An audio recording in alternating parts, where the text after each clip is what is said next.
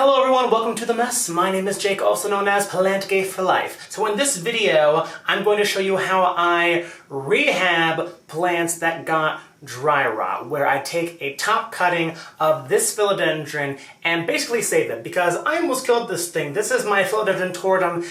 It used to look beautiful, and then I repotted it, and I forgot to water it, which is a big no-no. You have to water it. You have to make sure that it's getting enough water to bush out that new root system, and yeah, I kind of let it go to seed a little bit, and I was worried that I was going to lose the plant, so I actually chopped off the top and just stuck it in water, and I just want to show you this right here. Look at all of those roots right there. Is it focusing? Do you see all those worms right there? Yeah, this is maybe, I don't know, a month, 2 months, 6 weeks, I don't know. But yeah, this is not very long. I just had this in my grow tent, just kind of out of sight, just kind of, down here. Oh, hey guys, how's it going?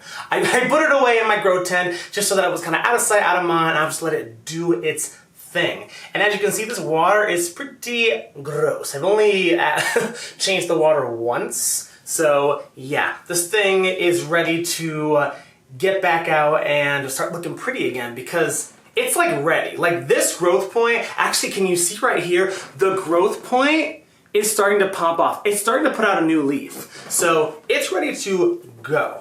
And I'm ready to get this thing back on display because I love it so much. So what I'm going to do is I'm going to show you how I take these water roots and convert them to a substrate. So I got some stratum right here.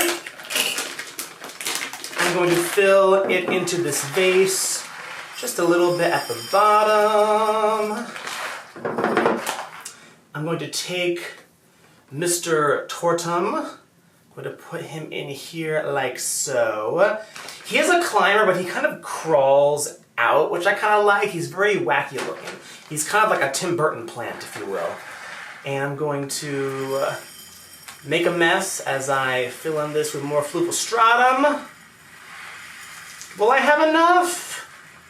Will I have enough? I might need to get some more. Actually, you know what? I think I'll have enough. I'm going to have to get the Roomba to clean this. Well, I'll have a Roomba. I have a Robo-Rock.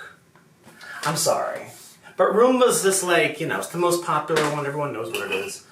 But yeah, Robo-Rock is a lot better. Do I have any more in here? No, that's it. Everything else is dust. That's like just about enough. Let's see if I have any more in the closet. Hold on.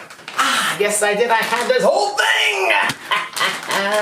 So let's open her up. By the way, guys, you don't need to use stratum. You can use something similar. You can use pon. You can use, I wouldn't use leca because these roots are quite fine. If you had like a monstera with really thick roots, then leca might work for you, but it's a little bit too aerated for this situation. For most philodendrons, I would say, I don't have success growing them in leca long term. You can use pumice. But yeah, you want something that doesn't have big air pockets. And I totally messed up. Do you see? Look at this. Look at this. Oh. Yeah, that's how you open stuff, guys. That's why I call myself The Mess, because I'm just a mess. Okay, get in there. I will clean all this crap up later off camera, but you guys don't want to see that. Okay. So now we have him fully planted in the stratum, and now what we're going to do is just fill him with water. I'm going to put in just a few drops of Thizan, which is a fungicide, just because some of those roots were poking out into the air and had a little bit dry tips on them, so I don't want them to rot too much. But we're just going to water him in. And guess what, guys? We're going to water him all the way to the tippity top, where his water line was. What's the proper term? The reservoir? I don't know.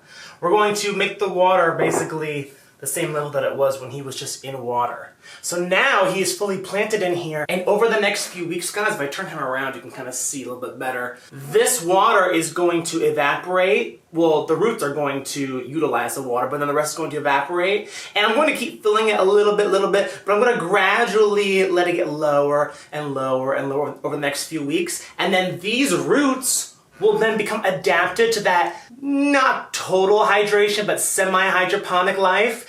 and it will adapt and be able to root out into this substrate. And then in a few months, once it roots into this and needs a repot, I can then take the top half of fluvial stratum or whatever substrate you're using. I can take that half out, put some, aeroid mix in there or whatever you want to use, and then let that establish for the next few months. And then if you're like, I don't want to use semi-hydroponics anymore, I want like a pot with drainage holes, Jake, if you're old school like that, all the power to you. You literally have roots that are now adapted to that aeroid mix life, and you can just take it out, put it into a pot, fill the rest with substrate of your choosing, and there you go. That is how you convert water roots to aeroid mix roots, or just anything that's not water.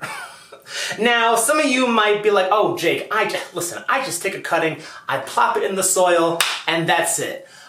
Some people do that. You can do that. I never have success with that. My mom literally just did it with her Dracaena.